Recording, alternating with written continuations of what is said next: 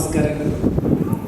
ನನಗೆ 2 ನಿಮಿಷ ಸಮಯ ಅವಧಿ ಕೊಟ್ಟಿದ್ದರಿಂದ 2 ನಿಮಿಷದಲ್ಲಿ ಮಾತಾಡಿ ನಾನು ಅರ್ಧ ಗಂಟೆಗೆ ರೆಡಿಯಾಗಿ ಬಂದಿದೆ. ಮತ್ತು ಮುಂದೆ ಮಕ್ಕಳ ಕಾರ್ಯಕ್ರಮಗಳು ಇರೋದ್ರಿಂದ ಮಕ್ಕಳು ಪಾಪ ಮೇಕಪ್ ಆಗಿ ಕೂತ್ಕೊಂಡಿರ್ತಾರೆ, ಅವರಿಗೆ ಕಷ್ಟ ಆಗುತ್ತೆ. ನೀವು ಕೂಡ ನೋಡಬೇಕಂತ ಆಸಕ್ತಿ ಇರೋದ್ರಿಂದ ನಾನು ನಿರಂತರವಾಗಿ ಭಾಷಣಗಳಿಗೆ ಹೋಗ್ತಿರೋದ್ರಿಂದ ನನಗೂ ಸ್ವಲ್ಪ ಭಾಷಣ ಮಾಡಬೇಕನ್ನುವಂಥ ಹಂಬಲ ಕಡಿಮೆನೂ ಆಗಿರುವುದರಿಂದ 2-3 ನಿಮಿಷದಲ್ಲಿ ನಾನು ನಿಮ್ಮನ್ನು ಮಾತನಾಡ್ತೇನೆ.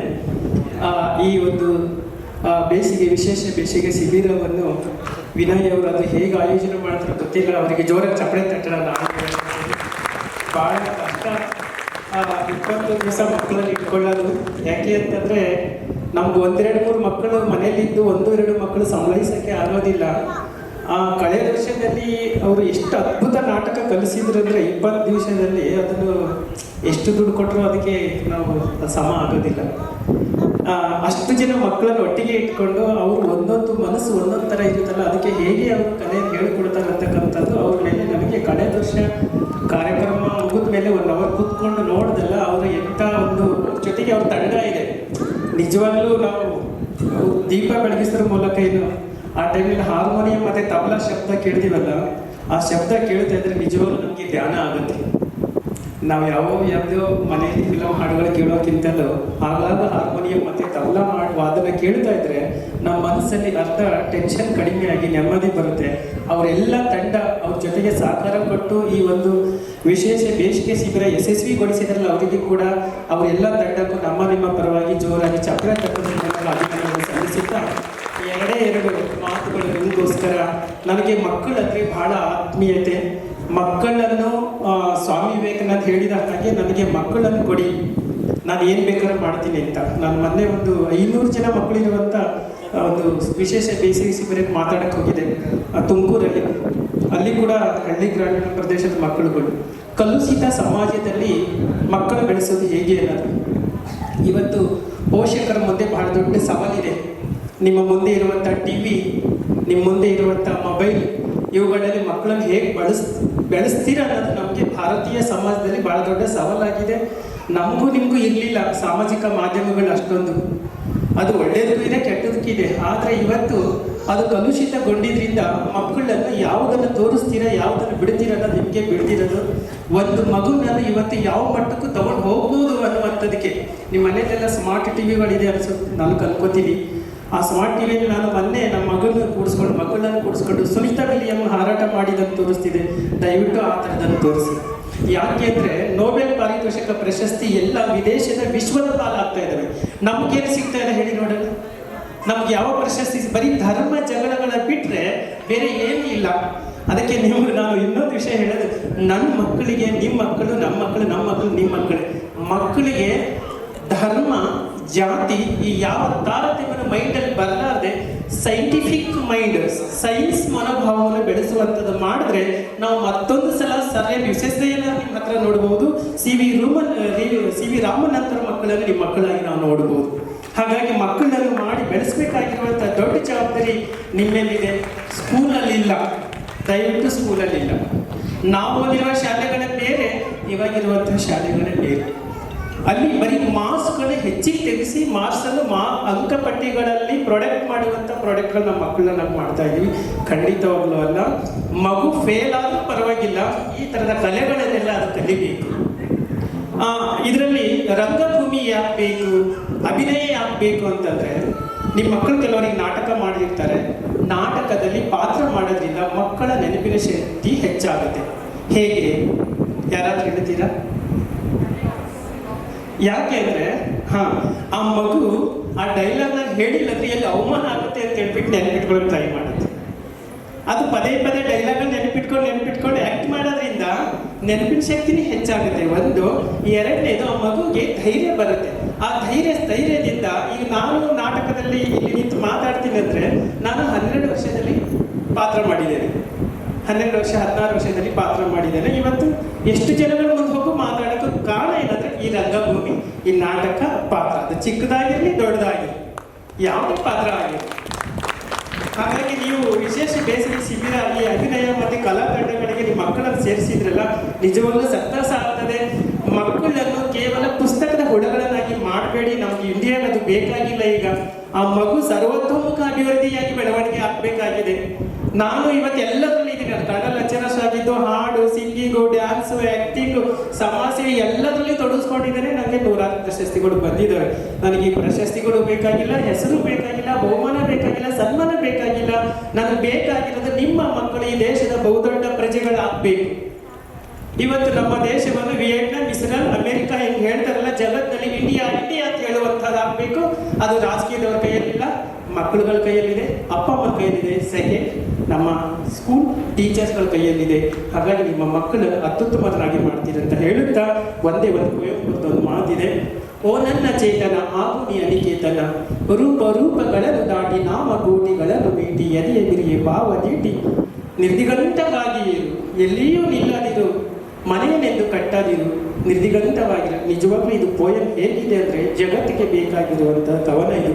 ಓ ನನ್ನ ಚೇತನ ಅಂದರೆ ನನ್ನ ಪ್ರಾಣ ಇರುವಂಥ, ಜೀವ ಇರುವಂಥ ನನ್ನ ಶರೀರ ಅನಿಕೇತನ ಆಗಬೇಕು. ಅನಿಕೇತನ ಅಂದರೆ ಅದು ಓದೋದಲ್ಲಿರಬೇಕು, ಸಿಂಗಿಂಗಲ್ಲಿರಬೇಕು, ಡ್ಯಾನ್ಸ್ ಇರಬೇಕು, ಆ್ಯಕ್ಟಿಂಗಲ್ಲಿ ಏನೆಲ್ಲ ಆಗಬೇಕು. ಮತ್ತು ಅದು ಎಲ್ಲೂ ನಿಲ್ಬಾರ್ದು. ನನ್ನ ಮನೆ, ನನ್ನ ಊರು, ನನ್ನ ತಾಲೂಕು, ನನ್ನ ಜಿಲ್ಲೆ ವಿಶ್ವದಾದ್ಯಂತ ಬೆಳಿಬೇಕು. ನಿರ್ದಿಗಂತವಾಗಿ ಏರು ಏರು ಏರು ಮೇಲಕ್ಕೆ ಹೋಗಿ, ಎಷ್ಟು ಎತ್ತರಕ್ಕೆ ಹೋಗ್ತೀಯೋ ಅಷ್ಟು ಹೋಗು. ಅದು ನಿಮ್ಮ ಮಕ್ಕಳನ್ನು ಮಾಡ್ತೀರಾ ಅಂತ ನಾನು ಹೇಳುತ್ತಾ ನಾನು 2 ಮಾತು ಮುಗಿಸ್ತೇನೆ. ಧನ್ಯವಾದಗಳು ಎಲ್ಲ ಪೋಷಕರಿಗೂ ಕೂಡ. ಹೀಗೆ ವಿಶೇಷ ಬೇಸಿಗೆ ಶಿಬಿರಕ್ಕೆ ನಿಮ್ಮ ಸಹಕಾರ ಇರಲಿ. ನನಗೆ ಸ್ಪೆಷಲ್ ಆಗಿ ನೀವು ಏನು ಕಾಲು ಕಲಿಸ್ತೀರಿ ಗೊತ್ತಿಲ್ಲ, ಫಸ್ಟ್ ಆ್ಯಕ್ಟಿಂಗಲ್ಲಿ ಕಲಿಸಿ, ಏಕಪಾತ್ರಗಳನ್ನ ಕಲಿಸಿ, ಮಾತಾಡೋದು ಕಲಿಸಿ. ಅದಕ್ಕೆ ನೆನಪಿನ ಶಕ್ತಿ ಹೆಚ್ಚಾಗುತ್ತೆ, ಧೈರ್ಯ ಬರುತ್ತೆ ಅಂತಕ್ಕಂಥ ಮಾತನ್ನು ಹೇಳುತ್ತಾ ಇಲ್ಲಿವರೆಗೂ ಅವಕಾಶ ಮಾಡಿಕೊಟ್ಟಿಲ್ಲ. ಇದ್ರ ಬಗ್ಗೆ ಎಲ್ಲ ಹೇಳಬೇಕಿತ್ತು, ಸಮಯದ ಅಭಾವ ಇದೆ. ಬರೀ ಮಾತು ಬೇಡ, ಎಷ್ಟು ಕಾರ್ಯಕ್ರಮಗಳು ಬೇಕು ಅಂತ ತುಂಬ ಜನ ಕಾಯ್ತಾ ಇದ್ರಿ. ನಾನು ಮಾತು ನಿಮ್ಗೆ ಇಷ್ಟ ಆದರೆ ಜೋರಾಗಿ ಚಪ್ಪಾಳೆ ತಟ್ಟಿ. ಧನ್ಯವಾದಗಳು. ಇದು ನಾನು ಮಾತು ಮುಗಿಸ್ತೀನಿ.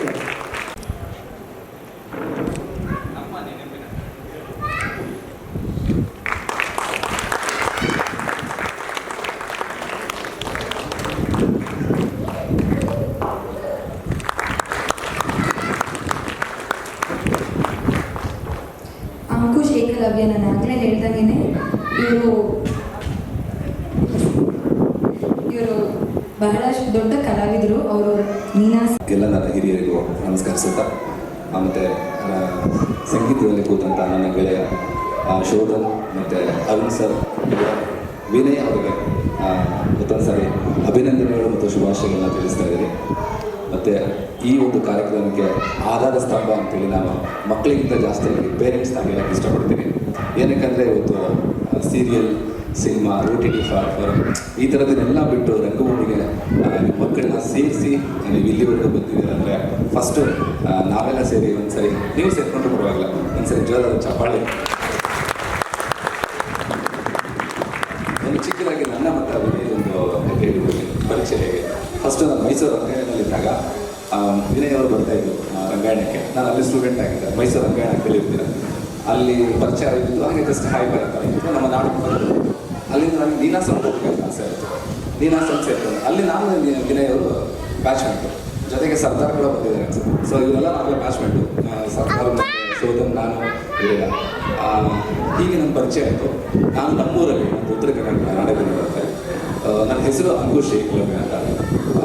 ಪರಿಚಯ ಆಯಿತು. ನಾನು ಅಲ್ಲಿ ಮಕ್ಕಳ ಕಾರ್ಯಕ್ರಮ ಮಾಡ್ತಿದ್ದೆ. ಬಟ್ ಅನ್ಫಾರ್ಚುನೇಟ್ಲಿ ಆ ಕಡೆ ಕಮರ್ಷಿಯಲ್ ಏರಿಯಾ, ಅಲ್ಲಿ ಲಕ್ಷ್ಮೀ ತಾಂಡ ಬರ್ತಿದ್ದಾಳೆ. ಸರಸ್ವತಿಗೆ ಅವಕಾಶ ತುಂಬ ಕಡಿಮೆ ಇರುತ್ತೆ. ಅಂಥದ್ರೆಲ್ಲ ನಾಟಕಗಳನ್ನ ಮಾಡಿ ಮಾಡಿ ಮಾಡಿ ಒಂದಷ್ಟು ಮಾಡ್ತಿದ್ರು. ಬ್ಯಾಂಗ್ಳೂರಲ್ಲಿ ಇನ್ನೇನು ತುಂಬ ಲಕ್ಕಿ, ಇಷ್ಟು ಜನ ಪೇರೆಂಟ್ಸ್ ಬಂದಿದ್ದಾರೆ ಮತ್ತು ಅವ್ರ ಮಕ್ಕಳನ್ನ ಅವರು ರಂಗ ಶಿಬಿರಕ್ಕೆ ಕರ್ಕೊಂಡು ಬಂದಿದ್ರು. ತುಂಬ ಖುಷಿ ವಿಚಾರ. ಇದು ನನ್ನ ಅವರ ಪರಿಚಯ ಆಯ್ತು ಅನ್ಕೊಳ್ತೀನಿ. ಇಷ್ಟು ನನಗೆ ಹೇಳಿದೆ, ಇದು ಯಾಕೆ ನೀವು ಮಕ್ಕಳನ್ನು ರಂಗಭೂಮಿಗೆ ಕಳಿಸ್ಬೇಕು ಅಂತ ಹೇಳಿದ್ರೆ, ಮಕ್ಕಳಿಗೆ ಸಾಮಾನ್ಯ ಜ್ಞಾನ ಅಂತ ಹೇಳ್ತೀನಿ.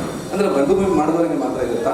ಇಲ್ಲ, ಎಲ್ರಿಗೂ ಇರುತ್ತೆ. ಬಟ್ ರಂಗಭೂಮಿ ಮಾಡೋದಕ್ಕೆ ಕಲ್ಪನಾ ಶಕ್ತಿ ಜಾಸ್ತಿ ಇರುತ್ತೆ, ಇಮ್ಯಾಜಿನೇಷನ್ಸ್ ಬರುತ್ತೆ, ಆಮೇಲೆ ಕಾನ್ಸಂಟ್ರೇಷನ್ ಬರುತ್ತೆ. ಸೊ ನಾನು ವೇದಿಕೆ ಮೇಲೆ ಇದ್ದೀನಿ, ನನಗೆ ನಮ್ಮ ಸರಿ ಡೈಲಾಗ್ ಕೊಟ್ಟಿದ್ದಾರೆ, ನಮ್ಮ ಅಪ್ಪ ಅಮ್ಮ ಕೂತ್ಕೊಂಡು ನೋಡ್ತಾ ಇದ್ದಾರೆ, ನಮ್ಮ ಟೀಚರ್ಸ್ ಬಂದಿದ್ದಾರೆ. ಈ ಥರದ್ದು ಸೃಜನಶೀಲತೆ ಬೆಳೆಯುತ್ತೆ, ಕ್ರಿಯೇಟಿವಿಟಿ ಬೆಳೆಯುತ್ತೆ ಮಕ್ಕಳಿಗೆ. ಜೊತೆಗೆ ಇಮ್ಯಾಜಿನೇಷನು, ಕಾನ್ಸಂಟ್ರೇಷನು ಮತ್ತು ಡೆಡಿಕೇಶನ್ ಶುರುವಾಗುತ್ತೆ. ಈ ಪಾತ್ರಕ್ಕೆ ನಾನು ಏನು ಮಾಡಬೇಕು, ಈ ಪಾತ್ರಕ್ಕೆ ನನ್ನ ಬಾಡಿ ಹೇಗಿರಬೇಕು, ನನ್ನ ಎಕ್ಸ್ಪ್ರೆಷನ್ಸ್ ಹೇಗಿರಬೇಕು. ಪ್ರಾಕ್ಟೀಸ್ ಮೇಕ್ಸ್ ಪರ್ಫೆಕ್ಟ್ ಅಂತಾರೆ. ಬಟ್ ಜೊತೆಗೆ ಏನಾಗಿದೆ, ನಾವು ಪ್ರಾಕ್ಟೀಸ್ ಮಾಡ್ತಾ ಮಾಡ್ತಾ ಮಾಡ್ತಾ ಗಾದೆ ಮಾತಿದೆ ಒಂದು, ಹಾಡ್ತಾ ಹಾಡ್ತಾ ರಾಗ, ಉಗುಳ್ತಾ ಉಗುಳ್ತಾ ರೋಗ ಅಂತ ಹೇಳ್ಬಿಟ್ಟು.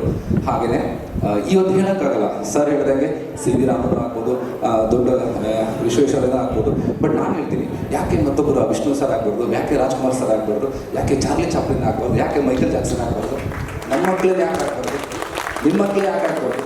ಸೊ ಹಾಗಾಗಿ ನಾವೇನು ಮಾಡಬೇಕು ಅಂದರೆ, ಫಸ್ಟು ನನ್ನ ಮಗುಗೆ ಸಂಗೀತದಲ್ಲಿದೆಯೋ, ಯೋಗದಲ್ಲಿ ಆಸಕ್ತಿ ಇದೆಯೋ, ಡ್ಯಾನ್ಸಲ್ಲಿದೆಯೋ, ಮಾರ್ಷಲ್ ಆರ್ಟ್ಸಲ್ಲಿದೆಯೋ. ನಿಮಗೊಂದು ಗೊತ್ತಾ, ನಮ್ಮದೇ ಆದಂಥ ಭಾರತದ ಮಣ್ಣಿನ ಕಲೆ ಕಾಮಶಾಸ್ತ್ರ, ಯೋಗಶಾಸ್ತ್ರ ಮತ್ತು ಸಮರಶಾಸ್ತ್ರ, ಈ ಮೂರನ್ನು ಪ್ರಪಂಚಕ್ಕೆ ಪರಿಚಯ ಮಾಡಿಕೊಟ್ಟವ್ರೆ ನಾವು. ಎಕ್ಸಾಂಪಲ್ ಕಲರಿ ಪಯಟು ಅಂತ ಹೇಳ್ತೀವಿ. ಕೇರಳಕ್ಕೆ, ನಾನು ಕರ್ನಾಟಕದಿಂದ ಕೇರಳಕ್ಕೆ ಹೋಗಿ ಅಲ್ಲಿ ಉಳ್ಕೊಂಡು ಕಲರಿ ಪಯಟನ್ನು ಕಲಿತು ಅದನ್ನು ಬಂದು ಅದು ಸಂದೇಶ ಕೊಡೋದು ಯಾವ ಥರ ಇರಬೇಕು, ಎಂಟರ್ಟೈನ್ ಮೂಲಕ, ಸಿನಿಮಾಗಳ ಮೂಲಕ, ಇದು ನಮ್ಮ ಮಣ್ಣಿನ ಭೂಮಿ, ನಮ್ಮ ಮಣ್ಣಿನ ಒಂದು ಕಲೆ ಇದು. ಇವತ್ತು ಚೈನಾದವರನ್ನ ಕುಂಫುನೋ ಮತ್ತೊಂದು ಮಾಡಿ ತೋರಿಸ್ತಾರೆ. ಬಟ್ ಚೈನಾದಲ್ಲಿ ಕುಂಫು ಅಂತ ಇರೋ ಒಂದು ಶಾವ್ಲಿನ್ ಟೆಂಪಲಲ್ಲಿ ಏನು ಹೇಳಿದ್ದಾರೆ, it is came from Indian martial art Kalari payattu ಅಂತ. ಇದು ಕಲರಿ ಪಯಟು ಅಂದರೆ ಇದು mother of all martial arts, ಇದು ತಾಯಿ ಇದ್ದಾಗ. ಹಾಗಾಗಿ ನಿಮ್ಮ ಮಕ್ಕಳಿಗೆ ಏನು ಆಸಕ್ತಿ ಇದೆ, ಯಾವುದ್ರ ಮೇಲೆ ಇದೆ ಅಂತ ಫಸ್ಟು ಪ್ಯಾರೆಂಟ್ಸ್, ಅದಾದಮೇಲೆ ಬರೋದು ಟೀಚರ್ಸ್ ಏನು ಹೇಳ್ತಾರೆ, ಸ್ಕೋರ್ ಜಾಸ್ತಿ ಆಗಬೇಕು, ನಮಗೆ ಒಳ್ಳೆ ಹೆಸರು ಬರಬೇಕು, ನಮ್ಮ ಸ್ಕೂಲ್ ಟಾಪಲ್ಲಿ ಬರಬೇಕು.